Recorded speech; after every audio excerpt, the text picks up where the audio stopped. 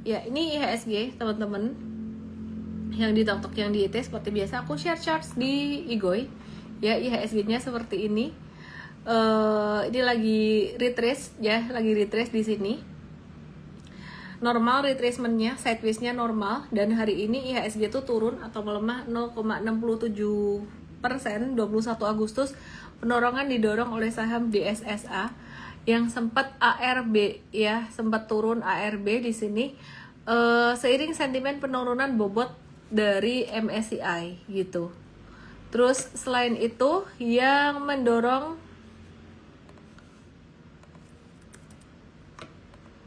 penurunan market juga ada saham brand. Tadi aku nyapa temenku namanya brand Makasih gitu.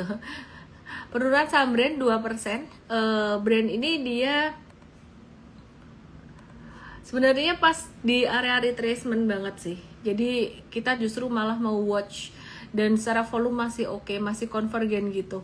Terus hari ini juga ada beberapa saham yang aktif dari sektor construction, ada PT-PP, ada Adikarya, terus kemudian ada saham lain dari berbagai sektor, ada Elsa dan Japfa.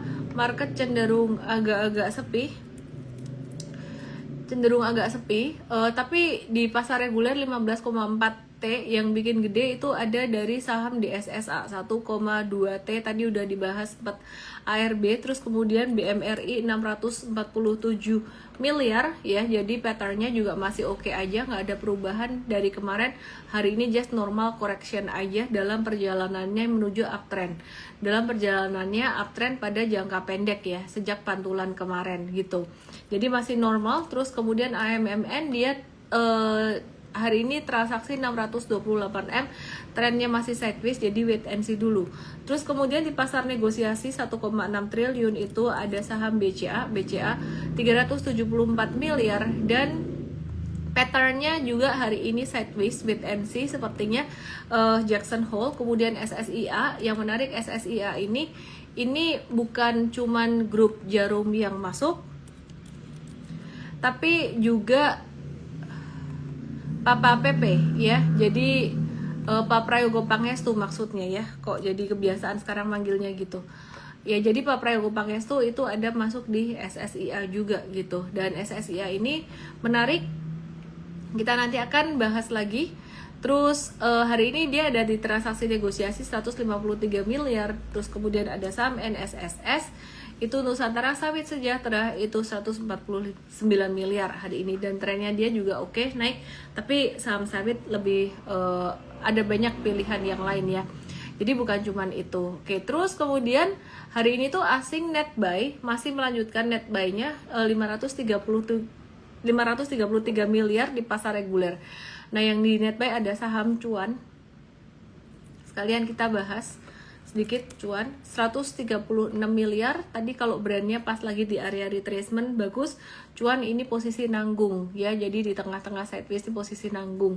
Terus BBCA juga di net buy asing 130 miliar, dan tadi termasuk top transactions daily juga di pasar negosiasi. Terus ada AMMN yang tadi juga termasuk top transactions daily di pasar reguler, dan saham BBRI itu ada di net buy asing 101 miliar. Ketika yang lain sideways-nya agak-agak di bawah, ini BBRI candle-nya yang di atas sendiri ya, tapi bedanya juga nggak terlalu signifikan. Oke. Secara volumenya turun, jadi sebenarnya meskipun naik hari ini tidak terlalu disertai dengan volume ya, jadi masa konsolidasi, ini tetap masa konsolidasi artinya. Kemudian BRMS ada asing net buy 93,6 miliar, sempat naik lumayan kencang, terus sore hari ditutup dengan candle seperti ini, naiknya nggak kuat ya, wait and see dulu aja ya teman-teman yang belum masuk. Hari ini saham construction manggung, biasanya mengikuti habis banking, kalau ada pemotongan suku bunga habis banking, properti, terus construction manggung itu belakangan. Construction itu sektor yang lumayan laggard sebenarnya, laggard itu yang lelet gitu ya. Terus hari ini jam 8.45 itu ada rilis data PMI Amerika yang diperkirakan turun. PMI manufaktur Amerika diperkirakan turun, sedangkan initial jobless claim itu baru aja keluar ya, hasilnya naik lebih tinggi dari perkiraan. Aku mau update dulu untuk rilis data beberapa data ekonomi Amerika malam hari ini. Teman-teman yang ada di TokTok dan yang di YT, aku mau share chartnya ke Igoy. Jadi ini adalah data S&P Global Manufacturing PMI Flash Amerika di Juli 2025. Nanti keluar jam 20.45 sebentar lagi. Ini konsensusnya turun ya, dari 49,8 jadi 49,5 gitu. Terus ini ada data lain lagi, S&P Global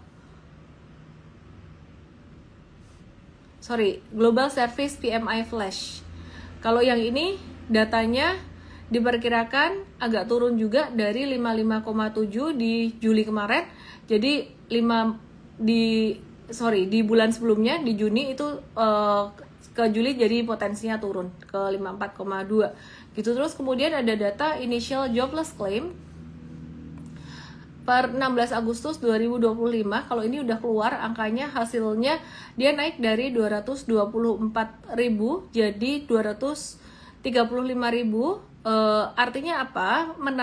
Ini klaim pengangguran yang lebih tinggi. Jadi intinya lebih banyak orang yang mengambil tunjangan pengangguran.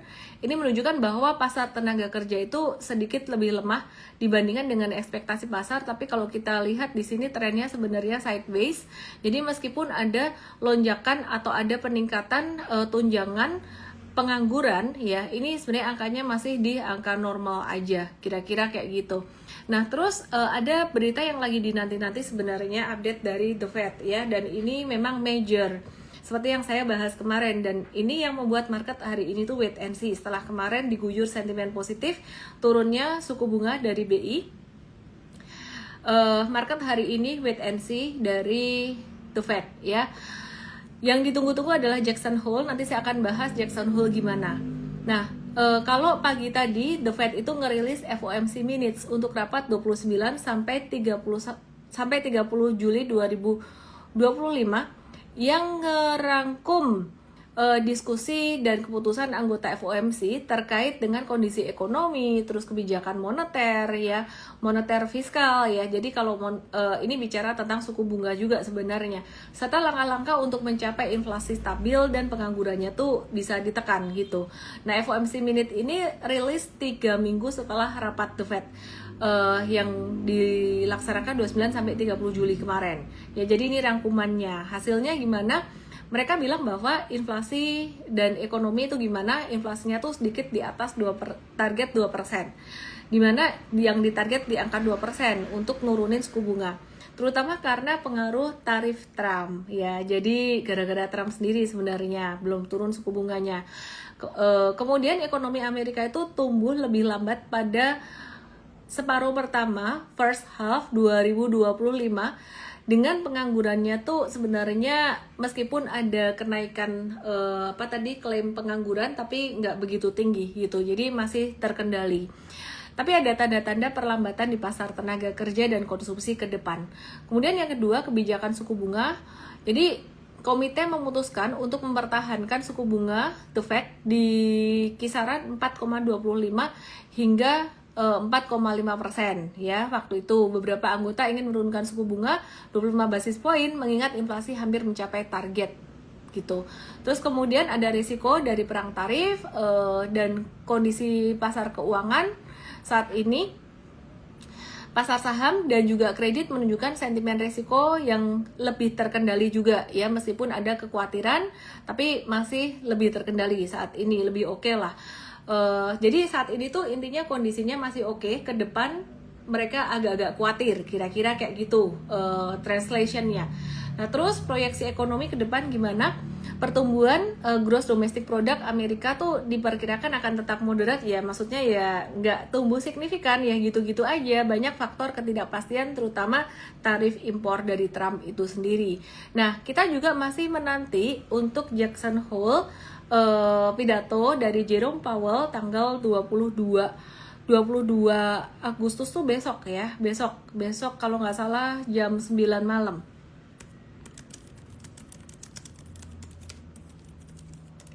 Ya, jadi besok jam 9 malam gitu. Jadi menurut Reuters ya, jadi pasar keuangan di Amerika ini, dan tidak hanya di Amerika sebenarnya, ini kita lagi wait and see tuh lagi kayak nahan napas gitu loh, inhale exhale tahan nafas gitu, menyambut pidato terakhir Powell di Jackson Hole sebagai Fed Chair. Oke, nah ini jadi sangat signifikan sekali sebenarnya. Sebagian besar pelaku pasar di seluruh dunia itu berharap dalam pidato Powell ini memberikan signal pemangkasan suku bunga sebesar 25 basis point untuk meeting the Fed yang berikutnya di bulan September, dengan total kemungkinan penurunan hingga 25 basis point tambahan sepanjang tahun. Jadi maunya tuh di September diturunin, terus abis itu diturunin lagi gitu ya. Terus analis ya dari berbagai sumber dan juga dari market associates itu juga nyatet ekspektasi serupa gitu. Jadi peluang penurunan suku bunga itu ada yang memperkirakan 85%, ada yang memperkirakan sekitaran 90% gitu. Jadi ada 3 skenario utama yang bisa disampaikan oleh Powell. Yang satu, ngasih signal penurunan suku bunga akan segera terjadi. Kalau sampai besok Powell kasih signal penurunan suku bunga, maka Senin itu saham-saham banking, saham-saham properti, dan berbagai macam saham pastinya itu akan bisa terdampak positif gitu ya. Gitu, jadi semua tuh lagi wait and see, lagi nahan napas dulu kira-kira kayak gitu, untuk nunggu meeting the Fed besok hari Jumat malam. Jadi nggak heran kalau market hari ini agak-agak sideways, kemungkinan besok, apalagi besok hari Jumat itu bisa potensial sideways, atau mungkin ada yang nyolong start ya, jadi mereka belum beli saham banking atau properti, mereka bisa beli, karena sekarang saham banking juga masih terbilang valuasinya cukup murah. Jadi BCA itu juga saat ini valuasinya masih murah, masih sekitar di standar deviasi -1 atau dekat sama average sedikit gitu. Sedangkan kalau BBRI itu juga masih sangat terdiskon dibandingkan dengan historicalnya. Teman-teman yang ada di TokTok, yang ada di YT, langsung aja ke IG aku @ellen_official untuk lihat chartsnya. Nah, nanti aku akan share chart ya. Oke, terus jadi yang 3 skenario yang bisa disampaikan Powell itu tadi, signal penurunan suku bunga yang diharapkan. Kemudian yang kedua, dia kemungkinan akan menyampaikan sikap skeptis terhadap penurunan, meskipun tekanan ekonomi itu sebenarnya sekarang udah meningkat. Jadi Powell nih sebenarnya dia belum mau nurunin suku bunga, kayak makan buah si malakama. Jadi ekonomi melambat, tapi kok inflasinya justru malah naik ya, terjadi stagflation kira-kira kayak gitu. Kemudian yang ketiga, bisa tetap netral dan menunggu data lebih lanjut sebelum memutuskan. Jadi market lagi wait and see, tapi kemungkinan besar suku bunga di September akan diturunin. Nah,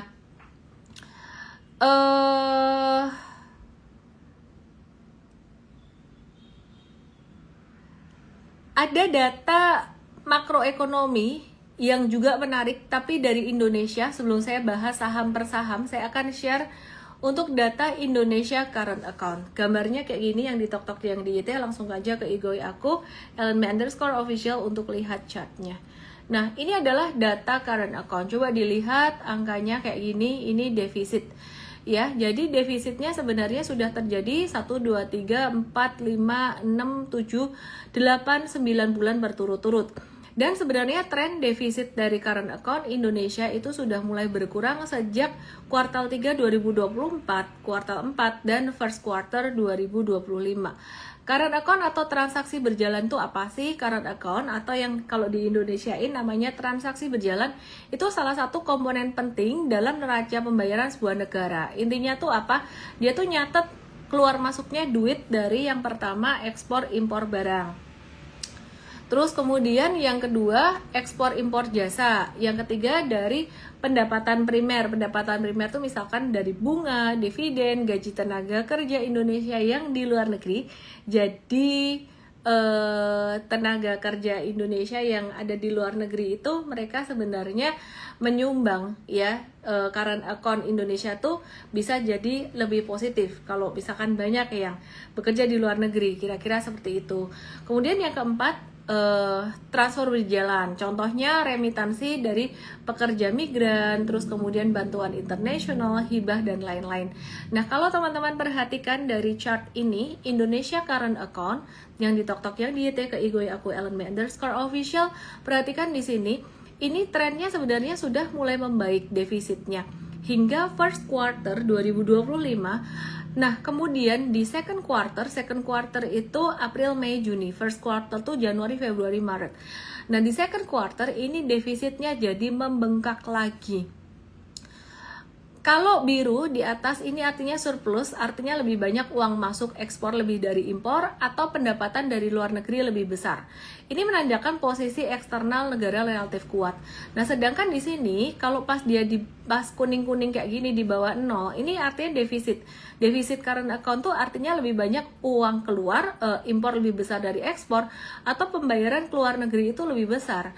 Dan ini berarti negara bergantung pada pembiayaan dari luar, seperti contohnya utang dan investasi asing buat nutup defisit tersebut. Nah, dampak dari defisit current account ini apa? Defisit transaksi berjalan ini, rupiah bisa melemah jika tidak diimbangi arus investasi asing. Terus perlu pembiayaan dari luar negeri, ada utang atau investasi untuk menutupi kekurangannya. Terus lebih banyak, Indonesia ini sebenarnya perlu lebih banyak impor untuk bisa memacu persaingan harga yang dampaknya, kebalik ya, mesti lebih banyak ekspor gitu ya.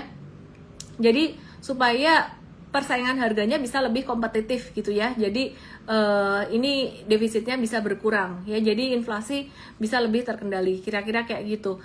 Nah, just for information, mungkin saya perlu bukain rupiahnya USD versus IDR. Teman-teman yang ada di TokTok di YT, aku buka chartnya di Igoy aku @LNB_official. Kondisi rupiah sepanjang bulan Agustus ini agak-agak menguat sedikit. Nah, jadi kalau aku perhatiin ini dari Juli sampai ke Agustus, 1 Agustus ada penguatan terus turun lagi. Nah, terus starting dari bottomnya tanggal 15 Agustus ya. Ini dolarnya menguat, berarti rupiah melemah. Nah, dari 4 Agustus, kebalik ya, dari 4 Agustus sampai 14 Agustus, ini dolarnya turun, rupiahnya ada penguatan. Cuman kalau dibilang rupiahnya menguat banget di bulan Agustus, enggak. Karena dalam 5 hari terakhir, rupiah melemah lagi. Intinya sebenarnya trennya sekarang rupiah sudah lebih baik dibandingkan dengan beberapa bulan sebelumnya ketika rupiah itu melemah banget di bulan April 2025, itu karena tarif resiprokal Trump ya. Jadi kalau sekarang dibilang murah, lumayan murah di sekitaran 16.280, tapi beberapa hari yang lalu pada tanggal 14 Agustus rupiah tuh sempat menguat sampai ke angka level terbaiknya di 16.095 gitu.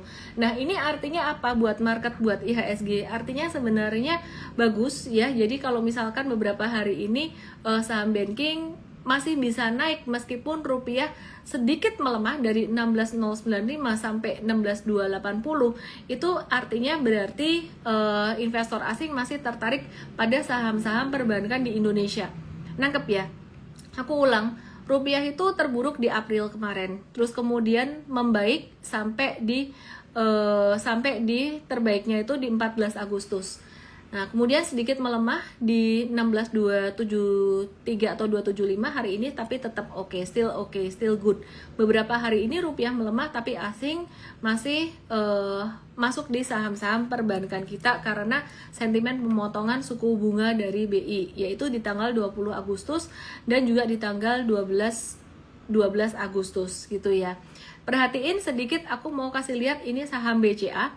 Saham BCA tuh puncaknya di 13 Agustus kemarin, terus 14, 15, 16 sampai 19 ya, itu turun.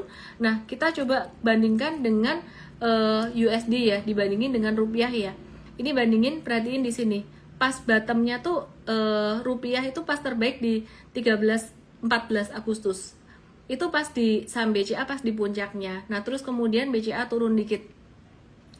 Ya, jadi ini juga kemarin sempat ada koreksi sedikit tuh merespon rupiah yang agak-agak melemah. BCA mewakili aja, untuk saham-saham banking lain kurang lebih sama. Kesimpulannya apa sebenarnya dari data current account Indonesia ini terjadi defisit, dan defisitnya menjadi lebih besar dibandingkan dengan kuartal sebelumnya. Cuman kalau kita perhatikan, rupiah di Indonesia saat ini justru malah lebih bagus daripada kuartal pertama. Kuartal pertama Januari, Februari, Maret, terus April itu terburuk ya karena perang tarif resiprokal, terus kemudian sekarang rupiahnya udah lebih baik. Jadi kesimpulannya di Indonesia ada beberapa hal yang masih oke juga meskipun current account-nya saat ini defisitnya makin besar. Oke, terus kemudian pertumbuhan kredit kabarnya gimana? Pertumbuhan penyaluran kredit perbankan agak-agak melambat, sekitar 7,03% secara tahunan pada 7 bulan 2025 dibandingin dengan tahun sebelumnya itu di di first half tuh 6 bulan kemarin. Jadi sepanjang 7 bulan dibandingin dengan sepanjang 6 bulan. Sepanjang 6 bulan kemarin 7,77% tahunan. Sekarang jadi 7,03% pertumbuhannya. Ya jadi sedikit melambat gitu. Oke, terus kenapa penyebabnya? Satu, perbankan lebih berhati-hati menyalurkan kredit, penyaluran kreditnya lebih ketat. Suku bunga kredit itu masih rendah meskipun BI udah nurunin suku bunga acuan. Yang ketiga, permintaan kredit dari pelaku usaha itu belum pulih. Nah, kenapa belum pulih? Banyak yang takut dengan kondisi yang penuh ketidakpastian gitu ya. Terus penuh ketidakpastian macam-macam dari regulasi pemerintah, pajak ini, pajak itu. Jadi mereka mau berkembang tuh kayaknya banyak mikir-mikirnya juga. Selain itu ketidakpastian global, perang tarif dan sebagainya itu juga masih sangat tinggi, dan kinerja kredit itu terendah dalam beberapa tahun terakhir. Jadi data menunjukkan Juli 2025 itu pertumbuhan kredit tahunan itu terendah sejak Maret 2022 gitu. Oke. Sekarang kita mau lihat beberapa saham dari sektor. Pertama aku mau bahas perbankan, tapi yang second liner, karena tadi perbankan besar saya udah bahas. Saya akan bahas secara teknikal. Kemudian aku akan review cepat saham-saham dari sektor properti yang kemarin udah gerak, kabarnya gimana.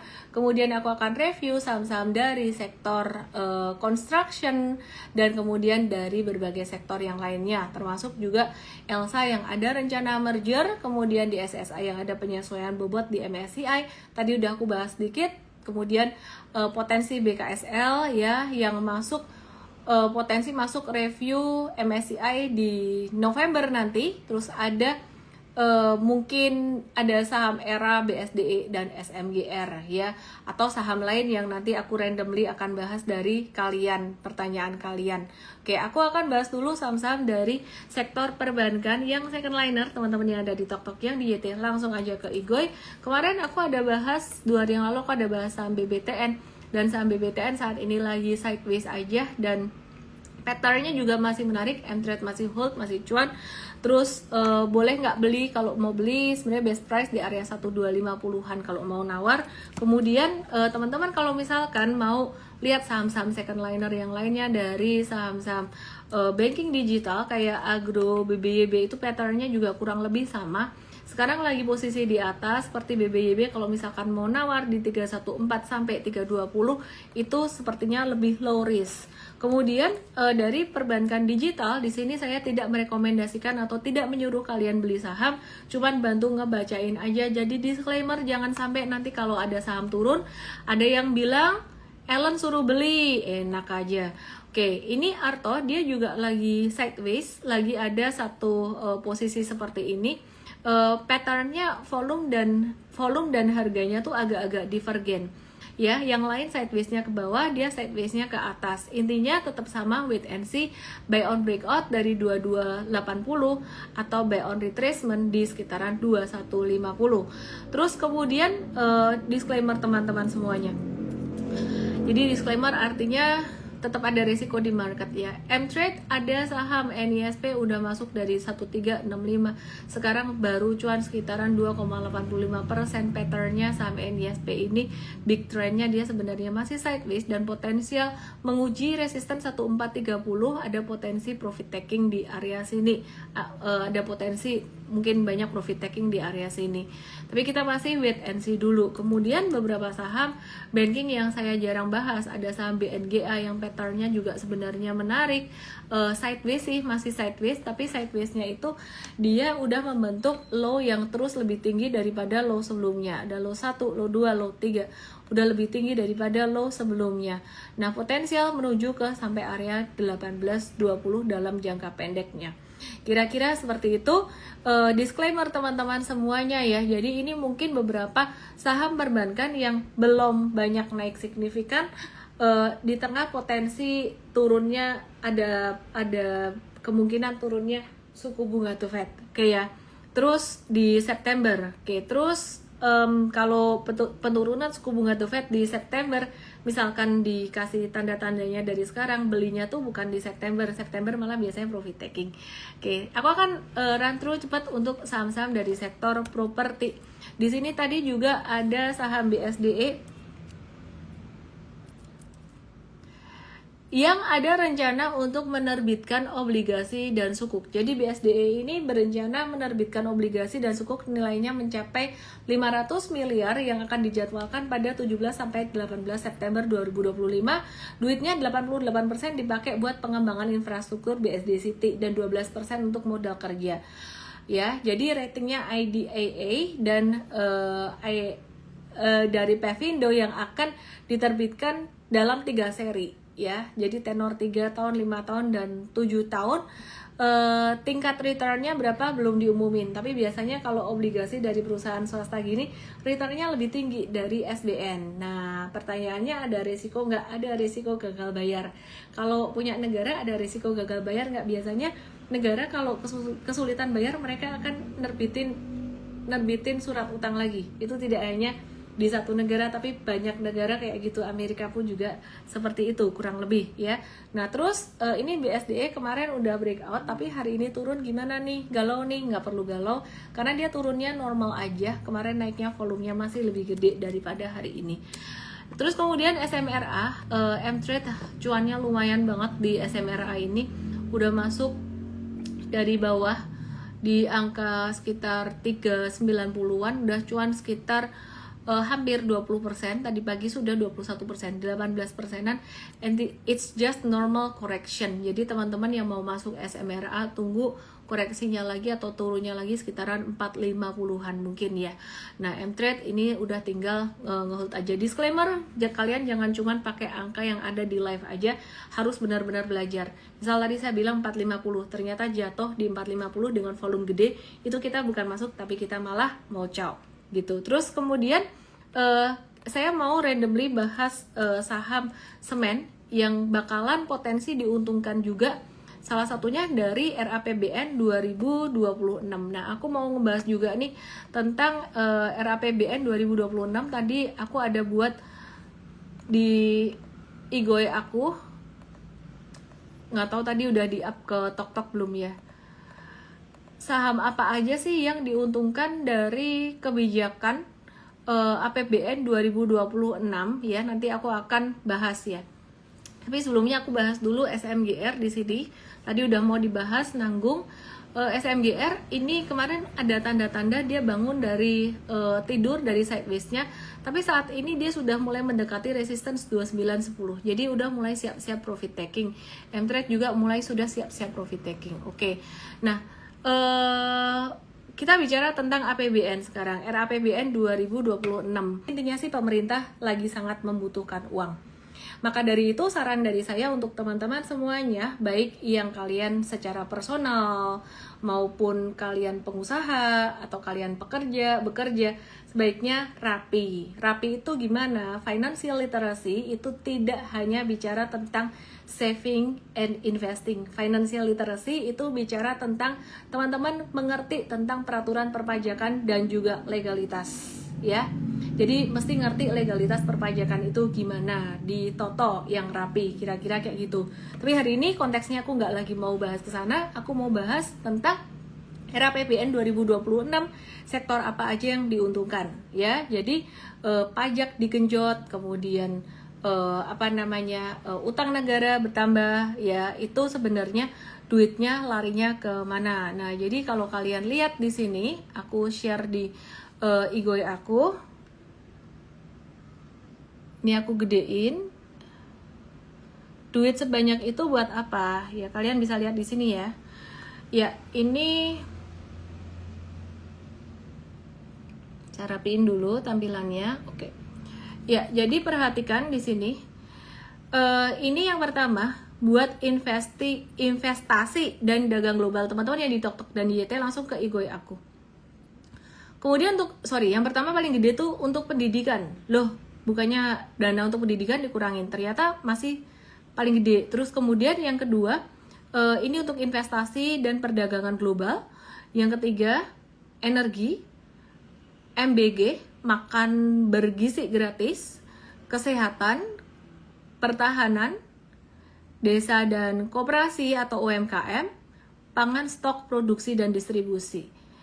Dan plus program 3 juta rumah yang dianggarkan 57,7 triliun. Ini yang kita masukin ke sini, ini hanya 8 besar aja yang masuk pie chart. Jadi yang di luar 8 besar pastinya ada banyak untuk keperluan lain, tapi kita nggak bahas gitu ya. Nah, terus saham apa aja yang diuntungkan ya? Jadi teman-teman, yang diuntungkan yang pertama dari sektor EBT, energi dan EBT. Itu nanti kita akan bahas juga sahamnya. PGO, Medco, ANTM ini watchlist kita gitu ya. Jadi ini bukan rekomendasi ya, bukan suruh kalian beli. Consumer Staples and Poultry, karena program MBG itu ngasih 355 triliun buat ngejangkau 82,9 juta orang, lumayan gede ya. Dan selain Consumer Staples and Poultry, ini dalam jangka panjang nih ya, healthcare, industri dasar, dan logam ya. Healthcare-nya ada beberapa emiten yang kita watch. Kemudian industri dasar dan logam ya, ini ada yang kita watch juga. Terus mungkin ini terdampaknya ada yang terdampak secara langsung, ada yang secara tidak langsung. Yang di Tok yang di YT, lihat di Igoi dulu ya.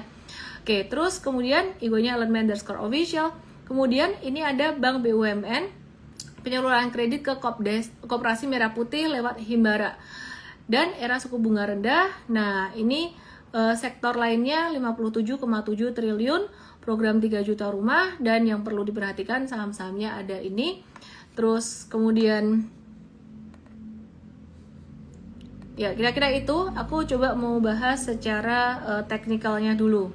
Sebenarnya kalau kita bicara jangka panjang tuh kita bicara fundamental ya, tapi ini aku bicara teknikal dulu.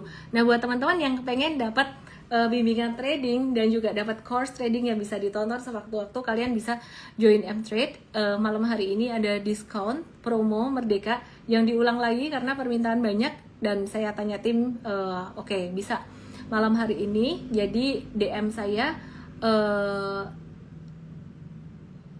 ini ternyata promonya bundling Invest M-Trade Merdeka. Jadi just DM saya Merdeka atau M-Trade gitu juga boleh. DM saya Merdeka, nanti akan dihubungin oleh tim saya. Sekalian aja Merdeka, nama, email, dan nomor WA kalian. Oke ya, WA. Oke, terus aku mau bahas saham yang terkait dengan RAPBN 2026 tadi. Yang pertama dari sektor energi dan EBT. Oke, yang pertama PGEO yang kabarnya dapat suntikan dana dari Danantara. Sementara ini dia lagi retrace tapi masih bisa di watch sekitaran 1310. Kalau misalkan mau nge-watch, ini kurang lebih area ini udah cukup murah. Disclaimer on teman-teman, wait and see dulu aja karena sekarang trennya lagi agak-agak turun. Kemudian Medco, dia tertahan support yang sangat kuat. Di sini ada MA 100 dan di dekatnya ada MA 200. Kalau misalkan mau ditunggu sekitaran level 1165 ya sampai harga sekarang, ini secara teknikal lumayan murah. Oke, terus kemudian lumayan murah secara teknikal ya, bukan secara fundamental. Jadi ini konteksnya masih konteks trading. Kemudian untuk saham ENRG, Energi Mega Persada, ya di sektor yang sama, saya sedang menanti sideways-nya kemungkinan agak panjang. Ini bakalan bisa jadi seperti saham Antam. Nah, Antam ini juga menarik, dia secara laporan keuangan juga sangat cemerlang beberapa waktu yang lalu, dan ke depan masih potensial untuk saham Antam ini. Dia ada kerjasama dengan perusahaan apa ya kemarin kalau nggak salah perusahaan China atau apa ya, aku lupa.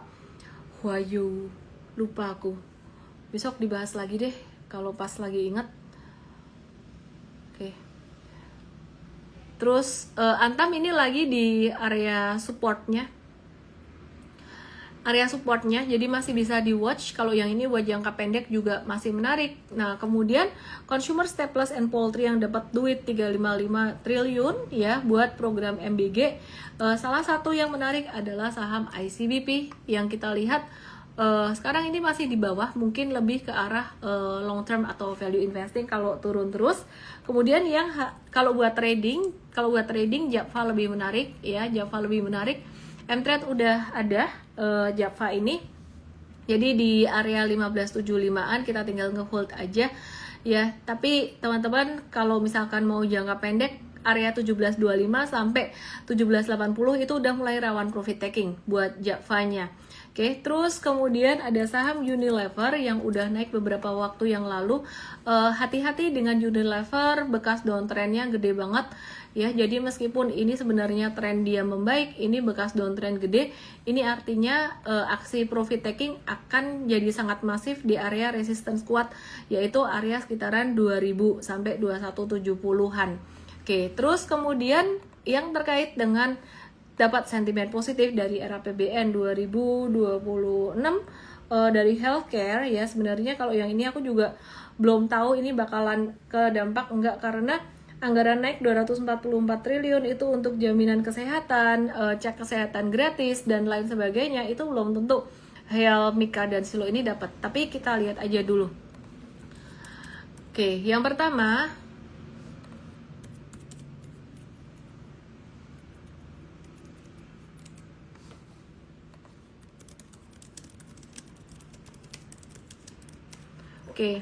ini Heal trennya masih oke, masih naik, liquidity perlu dicek lagi, bid offer perlu dicek lagi, kecil atau enggaknya. Kalau kalian trading pribadi sih masih bisa, tapi kalau ajak-ajak rame-rame, hati-hati dengan likuiditas, dan masuknya juga mesti menghormati bid offer. Maksudnya kalau bid offernya kecil, 100 jutaan, jangan masuk 500 juta atau 1 M-an gitu ya.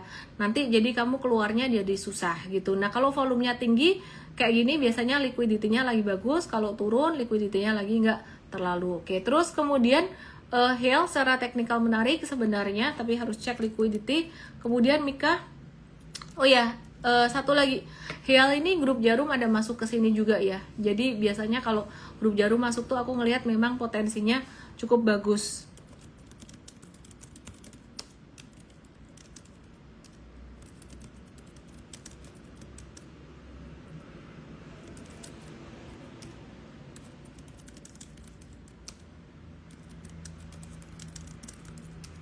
Oke. Kemudian aku mau cek saham Mika. Saham ini jarang banget aku bahas. Trennya agak kurang bagus, masih menarik Heal. Jadi watch Heal aja kalau memang interested buat lihat saham healthcare. Aku personally belum masuk. Terus kemudian Silo ini juga masih di bawah. Jadi dari 3 ini Heal yang paling menarik secara tren dan menarik ditunggu retracement-nya. Terus buat terkait dengan RAPBN yang dapat duit gede itu di industri dasar atau logam, pemerintah bakalan fokus belanja pertahanan seperti baja, rare earth, dan lain sebagainya itu senilai 185 triliun rupiah. Nah, stocks to watch ada saham Inco, Tins, dan juga Keras. Nah, Inco sementara ini lagi patternnya lagi cukup oke. Pas di area support. Kalau mau watch untuk trades, oke. Saya nggak jadiin dia watchlist utama saya karena udah kebanyakan saham saya. Ya, jadi M-Trade juga udah ada banyak saham. Kemudian kalau Tins di sini ini posisinya agak nanggung. Kalau mau buy dekat 990 atau 1000 itu lebih dekat area support, lebih low risk, dan dia juga bukan watchlist utama kita. Krakatau still lagi uptrend, but be very careful dengan fluktuasi volatilitas dan juga liquidity-nya. Kalau mau buy low risk di area 274 sampai 260. Not a buy sell recommendation, just a technical review. Kemudian Bank BUMN tadi saya sudah bahas, BBRI, BMRI, BBNI kayaknya, atau saya lupa ya. Ya ini BBRI masih oke, tadi di awal banget udah aku bahas, jadi aku nggak ulang. BMRI juga hari ini just normal retracement. Kalau mau buat investing, BBRI valuasinya masih murah dibanding historicalnya masih sama. BBNI ini yang buat trading, beberapa hari yang lalu M-Trade ada masuk sekitaran level 4220-an, sekarang udah cuan sekitaran 6%-an, kayaknya kita mau siap-siap profit taking dalam jangka pendek nanti. Kemudian sektor lainnya 57,7 triliun untuk program 3 juta rumah bisa menguntungkan properti, banking, dan juga semen. BBTN saya sudah bahas tadi, jadi BBTN saya nggak ulang lagi. Terus masih oke, patternnya yang mau buy ya nunggu aja sekitaran level 1240 sampai 1260-an lebih aman. Terus kemudian SMRA itu dia lagi uptrend, kalau mau nunggu retracement di awal udah tak bahas di sini. Terus kemudian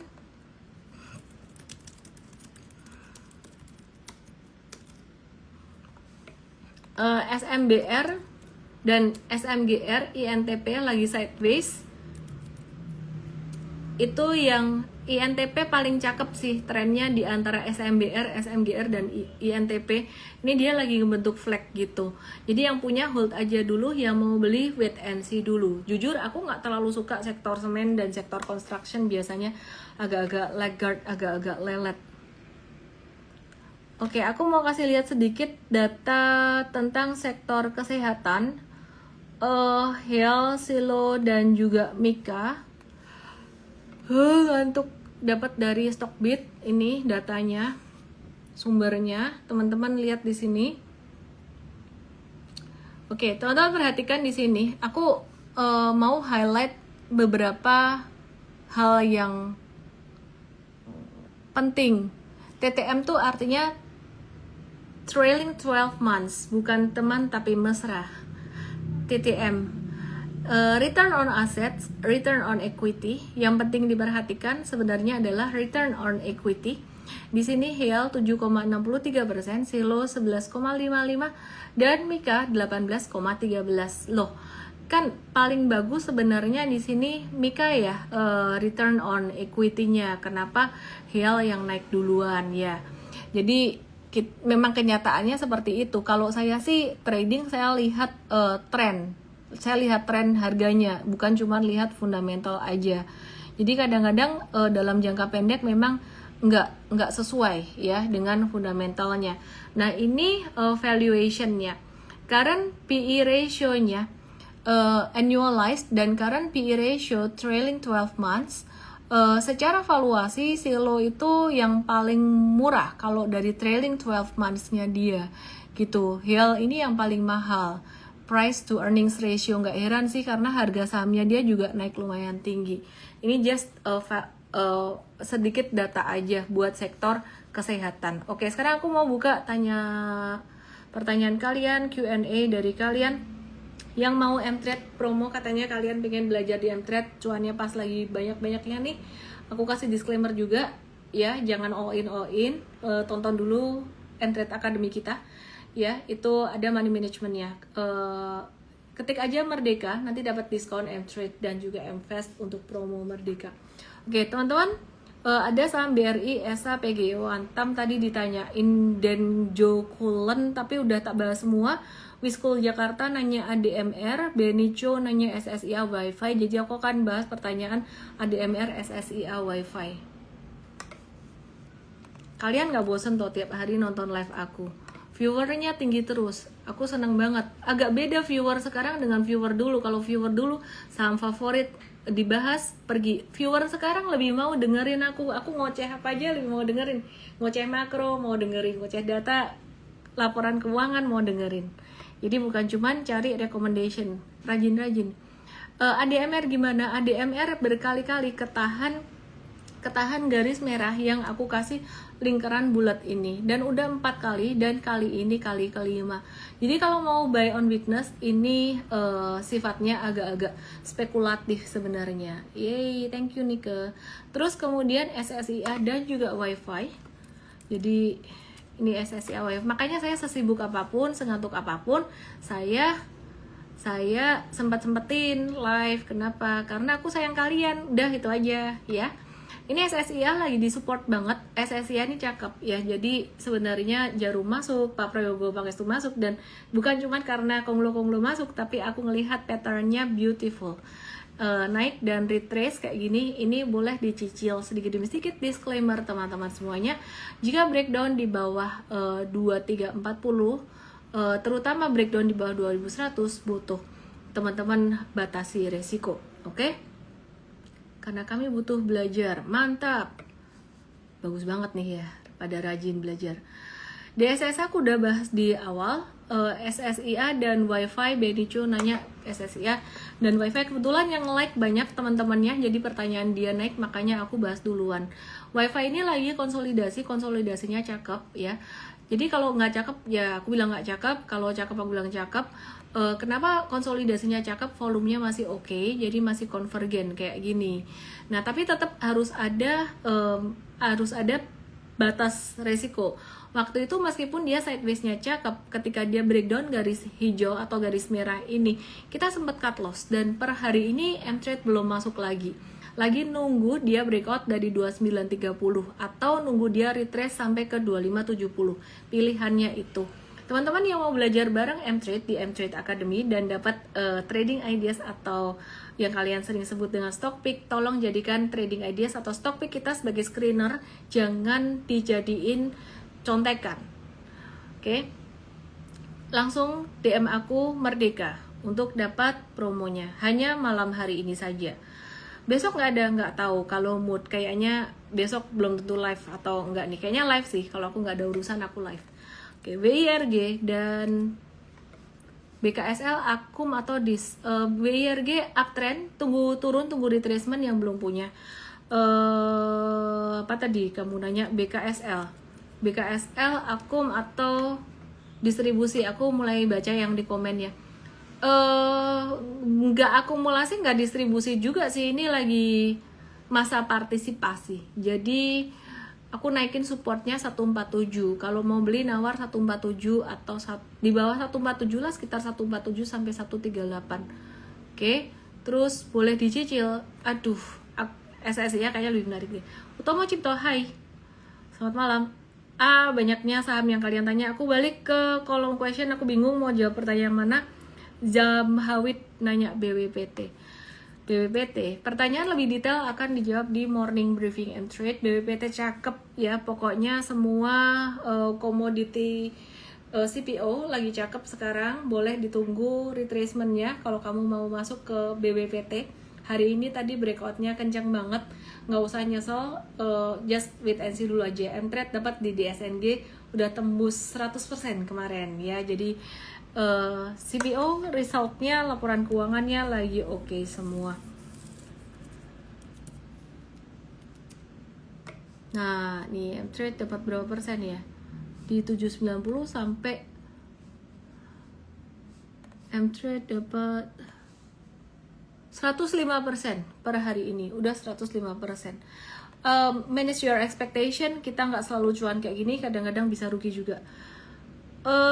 Agro coach, apakah agro udah dibahas tadi? TAPG juga ketinggian semuanya. Tunggu dulu deh, tunggu CPO-nya jatuh. Tapi problemnya banyak orang ketika pas dia jatuh tuh nggak diamatin. Contoh kayak Antam ini kan pas lagi naik tinggi itu kan diamatin ya, lagi diamatin terus, trending terus. Nah pas turun kayak gini orang-orang nggak mau, padahal pas turun kayak gini tuh sebenarnya ini masa yang kita nanti gitu. Oke, Toba per hari ini M-Trade exit dulu. Kenapa? Karena dia turun dari 980-nya, jadi jangka menengah kita merealisasikan cuan, jangka pendeknya kita ada cut loss karena tektok terus ya, udah cuan beli di atas, ini cut loss. Cuman Toba tetap kita masukkan ke dalam watchlist. Sebenarnya volume dan harganya dia tuh masih konvergen dan turun dengan volume transaksi kecil, tapi hati-hati. Nah ini penting banget kalian perhatikan. Kalau dia turun volume transaksi kecil terus nanti bisa keseret. Jadi stop loss tuh ini ilmu penting, ada dua macam, yang namanya stop loss technical dan stop loss mathematical. Stop loss technical itu pakai support, breakdown support, cut. Stop loss mathematical pakai percentage. Jadi kalau secara technical breakdown support tapi masih volume kecil, secara percentage itu masih kecil ya. Kecil tuh ya sebenarnya kecilnya tiap orang beda-beda, tapi sekitaran mungkin kecilnya tuh di bawah atau lebih kecil dari 10%. Itu masih bisa hold, masih ada toleransi. Tapi kalau sudah mencapai 10% meskipun dia turun volume kecil atau breakdownnya cuma sedikit, kita tetap cut gitu. Kira-kira kayak gitu teman-teman semuanya. Thank you banget buat pertanyaannya, dan thank you banget buat kalian yang udah nonton, rajin banget. Tapi mohon maaf sekali lagi tidak semua pertanyaan bisa saya jawab. Dan hati-hati Henry Lim yang mau siap borong antam. Intinya paling penting nomor 1, you have to understand the reason why kamu beli saham itu. Kalau kamu nggak ngerti, jangan beli.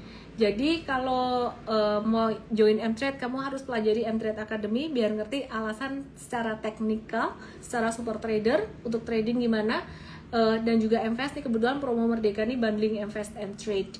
Jadi nanti kamu bisa dapat M-Fast dan juga M-Trade-nya, menurut aku sih sangat value for money. DM saya Merdeka supaya kamu merdeka, sekalian nama email dan nomor WA kamu biar dibantu sama tim aku.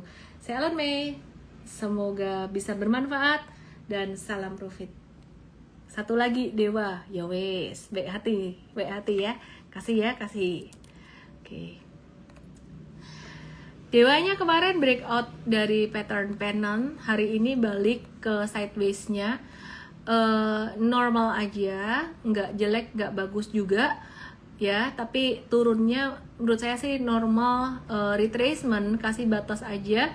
Kalau breakdown di bawah 218 cut loss. Ya, thank you semuanya.